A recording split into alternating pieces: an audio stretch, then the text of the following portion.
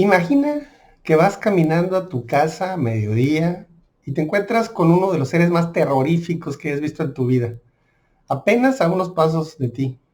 Sin duda, es una experiencia aterradora que le cambia la vida a cualquiera, especialmente si después de esa experiencia eres intimidado por hombres de traje y observan cómo tanto las autoridades civiles como militares niegan que haya sucedido nada fuera de lo normal. Evidentemente esto es bizarro y frustrante, por decirlo menos. Hola a todos, gusto saludarles. Soy Basilio Cot y hoy voy a compartirles una gran historia, como normalmente. La historia de Varginha en Brasil es una de las más interesantes y al mismo tiempo espeluznantes de las que se han investigado y documentado en ese país. OVNIs, seres espeluznantes, un hombre fallecido, múltiples testigos son elementos de los más destacables, además de, por supuesto, el velo que las autoridades de Brasil y Estados Unidos impusieron sobre todo lo relacionado con este asunto. Varginha es un pueblo pequeñito ubicado al sureste de la provincia de Minas Gerais, en Brasil. A fines de los 90, este pueblito tenía apenas unas decenas de miles de personas, menos de 100,000 habitantes, por lo que cualquier incidente fuera de lo normal es comentado en casi todos los círculos sociales en poquísimo tiempo. Para esta historia es importante diferenciar entre la versión oficial y la extraoficial. Si usted, querido amigo, se va a buscar la versión oficial, que es la más fácil de contar, por supuesto, es que en Varginha no pasó nada en esos días. Absolutamente nada. Pero la extraoficial, construida por al menos 6 decenas de diferentes investigadores de Brasil y de otros países, habla de un suceso extraordinario como pocos en el mundo, que por cierto dejó inquieto a todo un pueblo, no solo por los comentarios que corrieron como reguero de pólvora por todo el pueblo, sino por la inexplicable, insultante manera en que los militares tomaron el evento y buscaron acallar todas las voces. Ya a este tema me voy a referir al final del video. Por lo pronto les comparto los detalles de esta gran historia. Todo comienza la madrugada del sábado 20 de enero de 1996. Orlina Augusta y Eurico Rodríguez, ambos trabajadores del campo, se encuentran dormidos en una casita cercana a la carretera que une a Varginha con el poblado de Três Corações, en Brasil. Despertaron en la madrugada cuando los animales empezaron a inquietarse mucho, hacían un gran barullo, corrían de un lado a otro en el terreno frente a su ventana, entonces era inevitable despertarse, ¿verdad? Cuando se asoman, es en ese momento cuando avistan un objeto en el cielo. El objeto lo describen como un tipo submarino, del tamaño de un autobús pequeño de color cenizo. Sobrevolaba el terreno lentamente a escasos unos 5 metros del suelo. Soltó como humo blanco. No tenía ni luces ni hacía absolutamente ningún ruido. Tiempo después, otro testigo, ya cerca del amanecer, en otra ubicación, declararía que un artefacto extraño cayó en alguna zona no urbana cercana al poblado de Varginha. Ese mismo día, en un hecho no corroborado porque no hubo identificación de los testigos, unos jovencitos de los que no se tuvo la precaución de tomar sus datos personales, reportaron la ubicación de un extraño ser a los bomberos. Y fue así como los bomberos, se involucran en el caso e inician la búsqueda del ser donde los jovencitos les dijeron. Ya cerca de la hora de la comida, como a las 15:30 horas, 3 jovencitas, Lilian de 16 años, su hermana Valquiria de 14 y Katia de 22, caminan por un paraje cerca de un terreno baldío de un barrio llamado Parque Andere, en Varginha. Estas 3 señoritas, por cierto, no tuvieron ningún contacto ni tenían ningún contacto con los testigos del avistamiento que se había dado en la madrugada de ese mismo día, en el campo y a las afueras de Varginha. En un momento determinado, mientras las 3 jovencitas van caminando por el terreno baldío, Lilian voltea a su izquierda y se asusta. Las tres se detienen y voltean de inmediato hacia donde Lilian les señalaba. Ahí, a unos 7 metros de ellas, cerca de una barda que colinda con un taller mecánico, se encontraba un ser encuclillado, como agachado, con los brazos entre las piernas y sobre el suelo. El ser era de piel viscosa o aceitosa, color marrón. Tenía 3 protuberancias sobre la cabeza, a lo largo de su cabeza, como si fuera un casco de ciclista, y medía aproximadamente 3 pies de alto, es decir, 1,5 metros de altura. Era de cuerpo delgado, cabeza proporcionadamente más grande que su cuerpo, sin nariz y con unos grandes ojos color rojo sin pupila aparente. No estaba emitiendo ningún ruido, pero se veía como turbado, algo torpe para moverse o caminar, y se le veían los pies como doblados. A las 3 señoritas les pareció que el ser estaba como herido o enfermo, por la forma en que estaba. Las 3 señoritas se quedaron observando unos minutos intentando identificar si era un animal o una persona. Y cuando el ser mueve su cabeza hacia ellas, o sea, voltea a verlas, ellas evidentemente se asustaron mucho y corrieron de inmediato a la casa de la madre de Lilian y Valquiria. Gritaban que habían visto al diablo, muy espantadas. Apenas 40 minutos después, la señora Luisa Elena Silva, mamá de Lilian y Valquiria, se apersonó en el lugar en donde le habían dicho sus hijas que habían visto el ser, pero el ser ya no estaba. Lo que sí había era un fuerte y penetrante olor a amoníaco. Algunas horas después, ese mismo día y en un paraje boscoso, cercano al lugar en que las jovencitas vieron al extraño ser, 4 hombres del departamento de bomberos, que habían sido alertados desde la mañana, capturaron a un ser similar.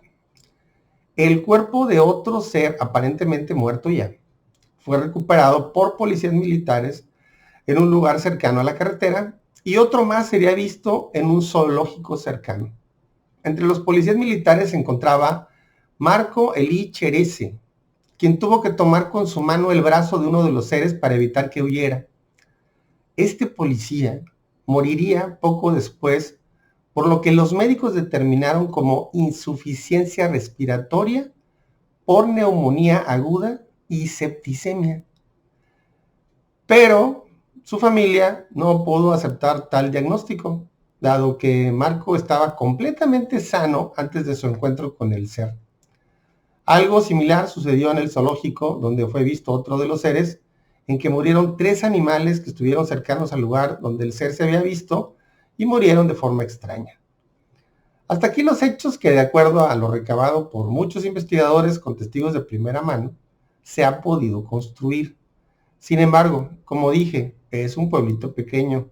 Nada de lo que sucedió termina por ser mantenido en secreto permanentemente. Uno de los indicadores principales de que algo sucedió fue la actividad militar que de un minuto a otro se dio en el pueblo, completamente fuera de lo normal y exagerada. Lo anterior acompañado por la movilización de policías y bomberos, así como el cierre de un ala del hospital, después de ver cómo llevaban ahí a uno de los seres. De acuerdo a varios investigadores, incluidos militares y personal del hospital, hubo inclusive quien tomó fotografías, hasta videos, pero estas se mantienen en resguardo hasta recientemente que se empezaron a difundir. Hay una versión emitida por personal militar que permanece anónimo, en la que se dice que NORAD, este comando de América del Norte para la defensa, que está en el centro de Estados Unidos, que tiene muchísimos sistemas de detección y vigilancia en radares y satélites por todo el planeta, advirtió al gobierno de Brasil que un ovni estaba ingresando a su territorio y en qué zona se encontraba este. Por eso fue la rapidez de la reacción del ejército y las autoridades civiles en Virginia, y también esto explica la secrecía con que intentaron mantener todos los detalles del suceso. Pero miren, hay tantos testimonios y detalles de personas que han preferido permanecer en el anonimato y que son consistentes unos con otros, a pesar de que no se conocen todos, que difícilmente se pueden ignorar tantos detalles y consistencias. Es más, hasta se habla de nombres de militares y médicos que participaron en la operación, así como de la ruta de transporte y de los vuelos que sacaron los cuerpos recuperados de los seres de Virginia.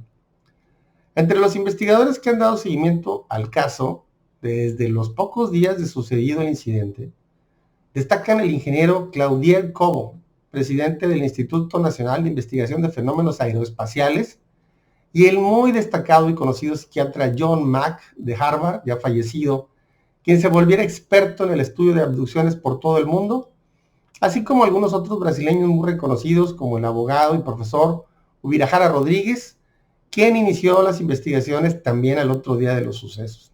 Como mencioné, fueron más de 60 los que llegaron de todo el mundo a investigar el incidente. El suceso fue cubierto por muchas estaciones de radio, televisión, por supuesto los diarios de aquel país latinoamericano y de otras partes del mundo. Los testigos contaron sus historias y mostraron las evidencias, aquellos que las tenían tanto de hospitales como de las fuerzas militares, pero lamentablemente por la intimidación de los militares deciden permanecer en el anonimato. Al final, Virginia es un pueblo pequeño y el poder militar se impuso.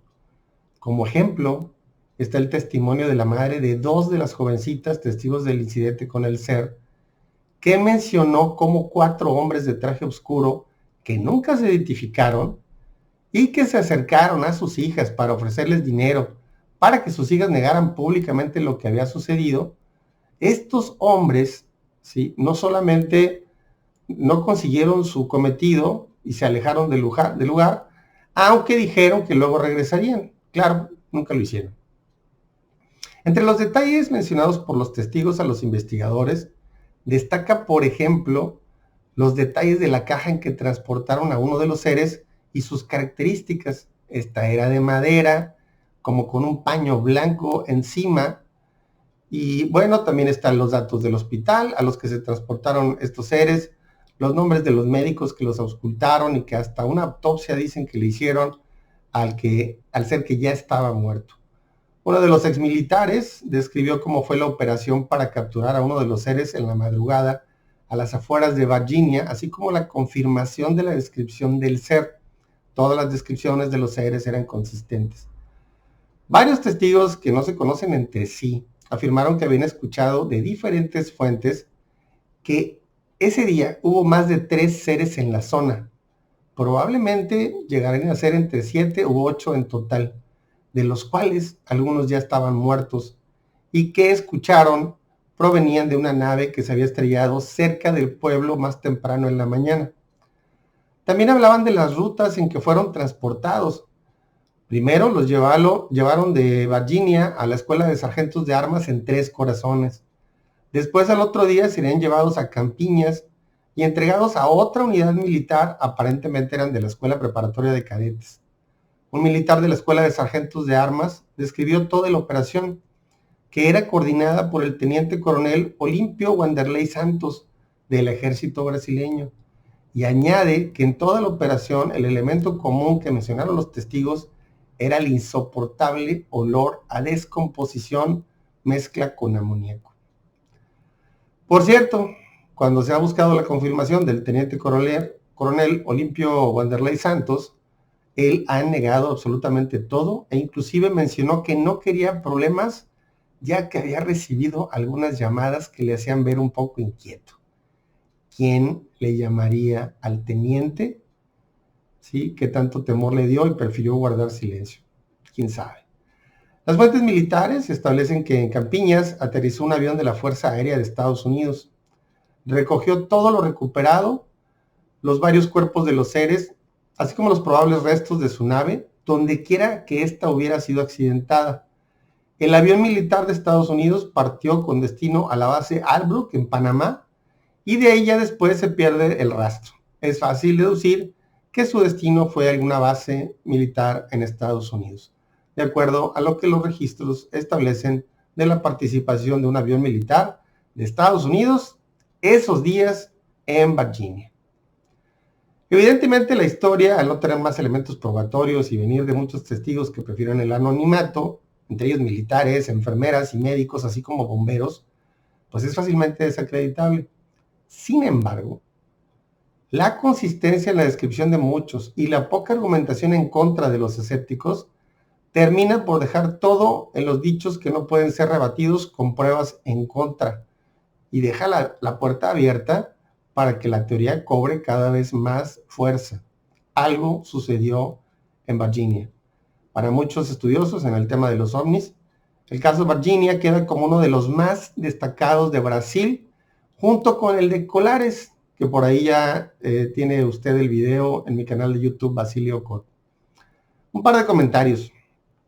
Hay dos aspectos que son relevantes de mencionar y analizar sobre esta historia. En primer lugar, el fallecimiento del policía por causas extrañas. Fue completamente inexplicable cómo el policía pudo contraer la neumonía y cómo al final se mezcla con septicemia, que es la infección generalizada de los órganos, y que todo se detona a raíz del incidente en que toma del brazo al ser.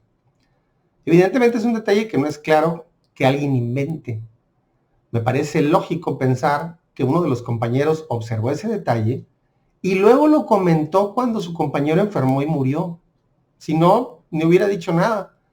Por lo tanto, sí parece bastante creíble que el policía haya adquirido algún tipo de bacteria que traía el ser y que al respirar cerca de él, el policía haya llevado a sus pulmones, lamentablemente, generándole la infección, el problema pulmonar y luego a través de la sangre correr la infección hacia los demás órganos del cuerpo. En esas circunstancias me parece bastante aceptable, lógico y creíble el cuadro que presentó y que luego derivara en su fallecimiento.